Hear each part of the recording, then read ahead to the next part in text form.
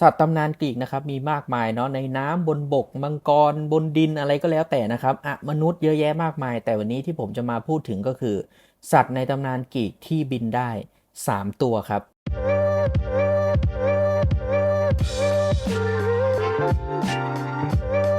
บสวัสดีครับท่านผู้ชมวันนี้ผมจะมาพูดถึงกริฟฟินครับเป็นตัวแรกเป็นหนึ่งใน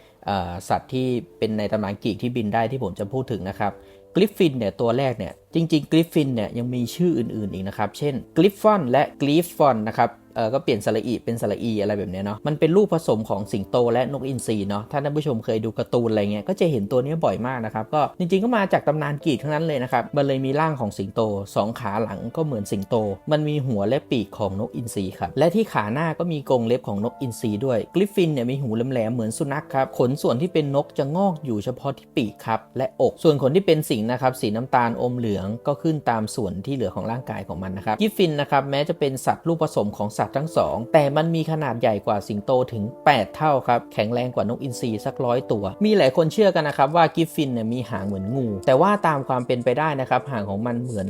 ต้นตระกูลของสิงโตมากกว่านะครับกริฟฟินมีสีต่างๆครับมีแบบตามพันธุ์อะไรของมันมากมายเนาะบางพันธุ์มีสีเช่นเป็นสีน้ำตาลอมเหลืองมีปีกนกสีน้ำตาลนะครับหรือบางตัวก็มีสีขาวล้วนเหลืองทองล้วนอะไรเงี้ยหรือสีครีมแต้มจุดสีแสดตรงส่วนหัวมีเยอะแยะมากมายนะครับส่วนที่จะงอยปากเนี่ยก็มีขามีสีมีน้ำผึ้งมีทองมีสดใสเว้นแต่กรงเล็บเท่านั้นแหละครับที่เป็นสีดำเหมือนกันทุกตัวเนาะกริฟฟินเนี่ยมีหน้าที่สำคัญ2สถานครับอย่างแรกคือหน้าที่ลากรถพระอาทิตย์และเทพอื่นๆนะครับบางองค์เช่นจูปิเตอร์หรือเนเมซิสเทพธิดาผู้ตามผลาญผู้กระทำผิดอะไรแบบนี้โดยเฉพาะกริฟฟินของเทพองค์หลังนะครับจะแตกต่างจากตัวอื่นๆอย่างสิ้นเชิงเพราะมันมีสีดำทั้งตัวครับหน้าที่อย่างที่2คือผู้ลงทันมนุษย์โลภมากครับหน้าที่อย่างที่2คือเป็นผู้ลงทันมนุษย์โลภมากครับใครที่เป็นโลภมากก็จะโดนในตัวนี้แหละก็เพราะกริฟฟินมีนิวัตสถานอยู่ในทะเลทรายของตุรกีครับอาร์เมเนียซีเนียและอิรักครับในครั้งที่ดินแดนเหล่านี้เต็มไปด้วยหินที่มีค่ามากมายครับพวกบรรดาเพชรพลอยอะไรพวกนี้ครับตกเกลื่อนอยู่ในบริเวณที่กริฟฟินเนี่ยครอบครองครับมันมีมากเสียจนเหมือนก้อนกรวดหินอะไรแบบนี้เลยจึงเป็นเหยื่อล่อคนโลภที่ยอมเสี่ยงชีวิตเข้ามาเป็นอย่างดีครั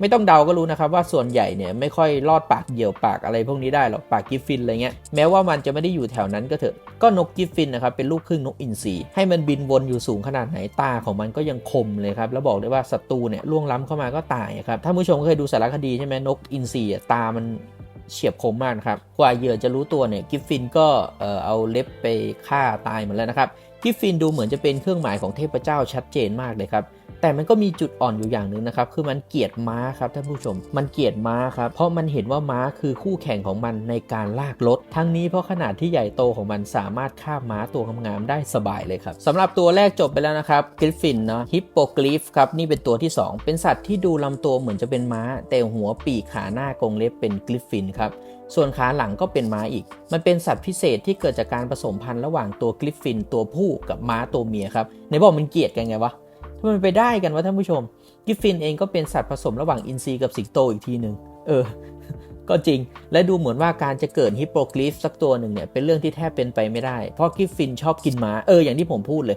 สัตว์ทั้ง2 อย่างจึงเป็นศัตรูกันตามธรรมชาติครับการที่จะผสมพันธุ์กันเนี่ยจึงเป็นเรื่องที่ยากมากฮิปโปกริฟก็เลยแบบกลายเป็นสัญลักษณ์ของความรักที่เป็นไปไม่ได้ครับและการทำสิ่งที่เป็นไปไม่ได้ให้เป็นไปได้ฮิปโปกริฟเป็นสัตว์ที่ใหญ่และทรงพลังสามารถเคลื่อนด้วยความเร็วเหนือแสงจึงมักมีเรื่องเกี่ยวพันกับดวงอาทิตย์ในฐานะเป็นผู้ลากราชรถของอพอลโลครับว่ากันว่าสามารถนำมาฝึกให้เชื่องได้แต่นั่นสิครับวัยซะขนาดนี้ใครจะจับตัวมันให้เชื่องนะครับต่อไปสัตว์ที่เป็นเทพนิยายกรีกตัวที่3นะครับก็ไซเรนครับชื่อนี้ที่พูดมานะครับเป็นนกขนาดใหญ่เท่าคนตัวโตในวัยชะกันครับก็คือคนที่เป็นคนโตแล้วอะแต่ที่แปลกประหลาดก็คือมันมีหัวเป็นคนครับและยังมีเป็นหญิงสาวที่งดงามก็ยังมีครับยังไม่พอเล่ากันว่าเสียงของมันหวานชวนหลงไหลครับช่างเป็นเหยื่อล่อที่ได้ผลจริงๆเนื่องจากว่ามันโปรดปรานเนื้อมนุษย์เป็นพิเศษครับยามใดที่มีเหยื่อหลงเข้ามานะมันจะส่งเสียงร้องครับและเมื่อมันร้องก็ไม่มีมนุษย์คนไหนได้ยินเสียงไซเรนแล้วจะทนได้เลยครับก็ต้องเข้าไปหาส่วนมากก็กลายเป็นอาหารของมันทั้งนั้นนะครับไซเรนมักจะปรากฏตัวเป็นกลุ่มจำนวนแบบประมาณ3ตัวอะไรเงี้ยมาทั้งหมดก็8ก็มีนะครับเรื่องราวของตระกูลมันเนี่ยเอาเข้าจริงก็ดูสับสนยุ่งเหยิงครับว่ากันตามรากเหง้าอันแท้จริงแล้วไซเรนคือพลายน้ำครับเป็นลูกสาวของเทพแห่งแม่น้ำที่ชื่อว่าอาคิลัสกับเทพีมิลส์ครับแต่สาเหตุที่นางจะกลายร่างเป็นคนครึ่งนกมีเล่าไว้หลายกระแสครับเรื่องหนึ่งเล่าว่าเดิมนั้น พวกนางไซเรนเป็นนางกำนันของเท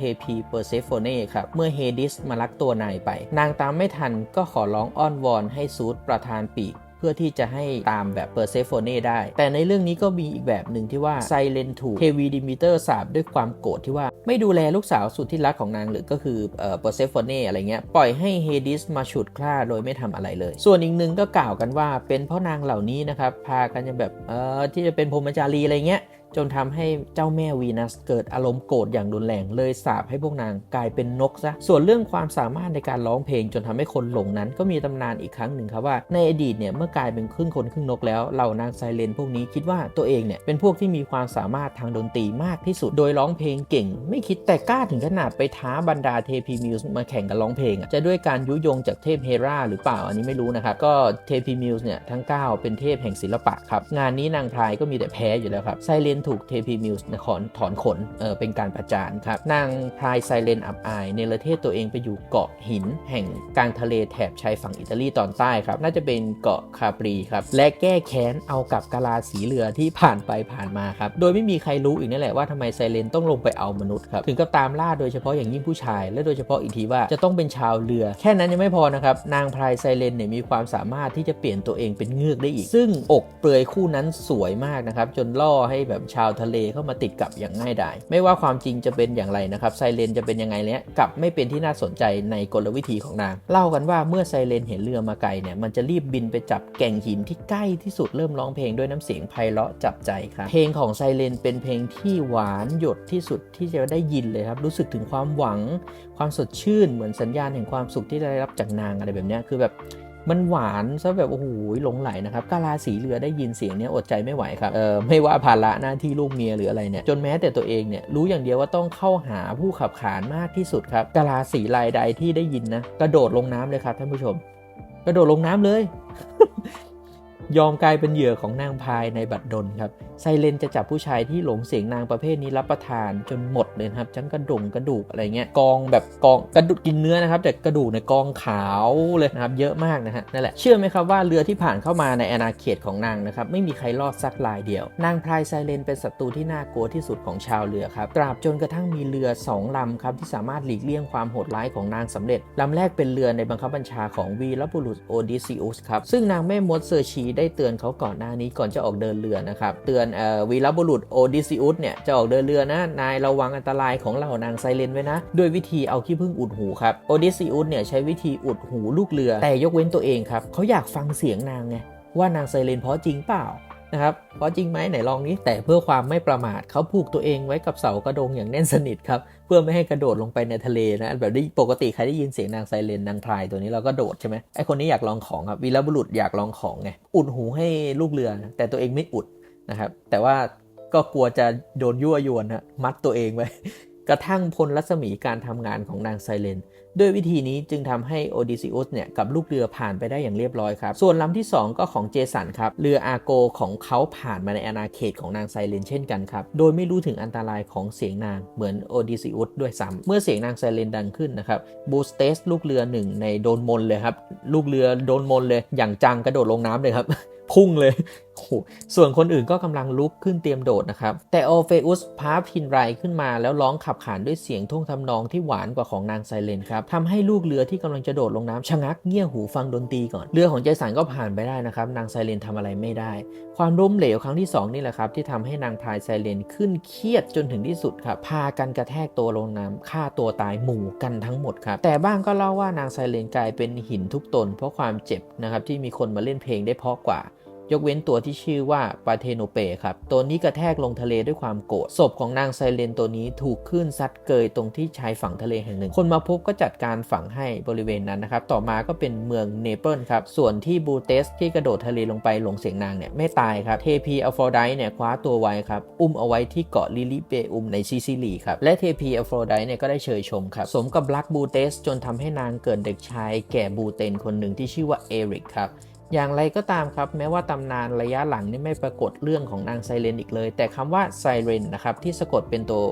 SIREN เนี่ยยังคงมีใช้อยู่ในภาษาอังกฤษนะครับเรียกสัญญาณหวอของรถพยาบาลและรถตำรวจว่าไซเรนครับ เนื่องจากมันดังโหยหวนกรีดร้องลงไปในความรู้สึกเปรียบได้กับเสียงของนางพลายไซเรนซึ่งพาไปถึงอันตรายหรือความตายเช่นกันครับเป็นยังไงบ้างครับท่านผู้ชม3ตัวเนอะที่ดูเหมือนจะบินอยู่บนฟ้าแล้วก็มีปีกนะครับท่านใดมีข้อคิดเห็นมีความคิดเห็นยังไงก็ลองคอมเมนต์ติชมแลกเปลี่ยนกันได้นะครับถ้าใครสนใจสั่งหนังสือนะครับผมจะทิ้งลิงก์ใต้ description ไว้นะครับก็จิ้มสั่งกันได้เลยถ้าท่านใดชอบนะครับอย่าลืมกดไลค์กดแชร์กด subscribe แล้วก็กดกระดิ่งไว้ด้วยจะได้ไม่พลาดคลิปใหม่ๆนะครับก่อนหน้านี้ก็ได้ทำไปแล้วเกี่ยวกับเรื่อง